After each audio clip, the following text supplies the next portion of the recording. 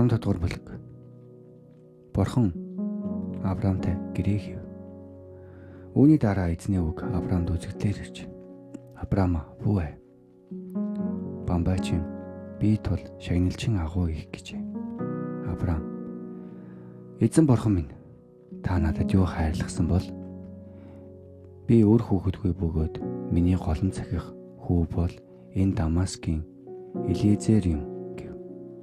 Авраам цааш нь: "Та надад үр удам заяагаагүй.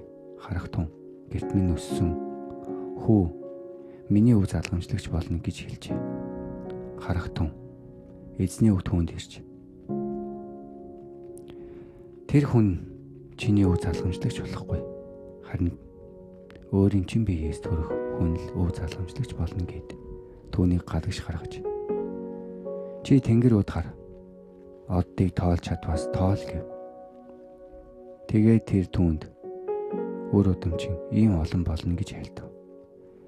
Тэгээд Авраам эзэнд итгэсэнд эзэн үүгээр нь түүнийг зөв тооцов.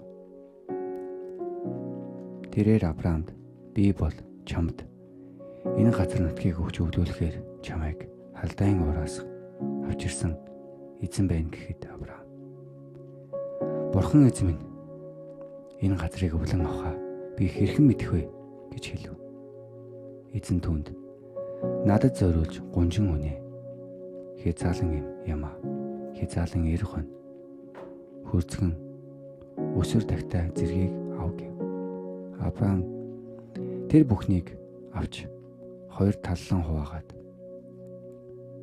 тал бүрийг өдөөс нь харуулан тавьжээ. Харин шувуудыг хуваасангүй. Махчин шувууд цогцснууд дээр бууж ирэхэд Авраам үргэж хөөв. Нар шингэх үеэр Авраам гүн ойронд автсан бөгөөд харахтун түнэр харанхуй хийгээд айдас хүдэс түүнийг нөмрөв. Эзэн Авраамд: "Чиний үр удам хүний нутагт ирмэл хүн болж тэнд боолжлогдох бөгөөд 400 жил дарлагдана гэдгийг мэддэг. Мөн тэднийг боолжлох үндэснүүдийг би өөрөө шүүнэ. Түүний дараа тэд их эд юмтай гарч ирнэ. Чиний хувьд чи урт наслаад эцэг өвөд рүүгээ амар тайвнаар очиж тавигдах болно. Харин тэд дөрөвдөх үедээ нутагтаа эргэж ирнэ. Учир нь Аморичуудын хилэнц арай дүүрэгүйгээс болоо" гэжээ. Нар шингэж харанхуй болох үед харахтун утаад зуух ба галт бамбар нөгөө хуваагдсан махнуудыг дундуур гарчээ. Тэр өдөр эзэн Авраамтай гэрээ байгуулж Египт мөрнөөс их мөрөн Евфрат хүртэл энэ газрыг би үр удамчин өгсөн билээ.